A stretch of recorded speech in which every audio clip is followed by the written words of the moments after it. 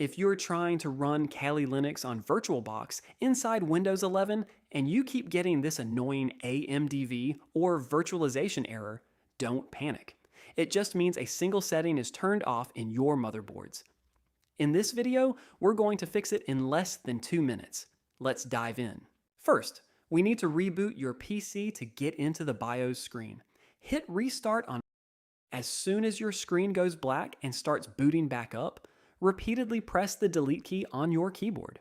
Now we are inside the BIOS. Look for the advanced CPU settings board. Look for a setting called SVM Mode. As you can see, it's currently disabled. Let's click it and switch it to enabled.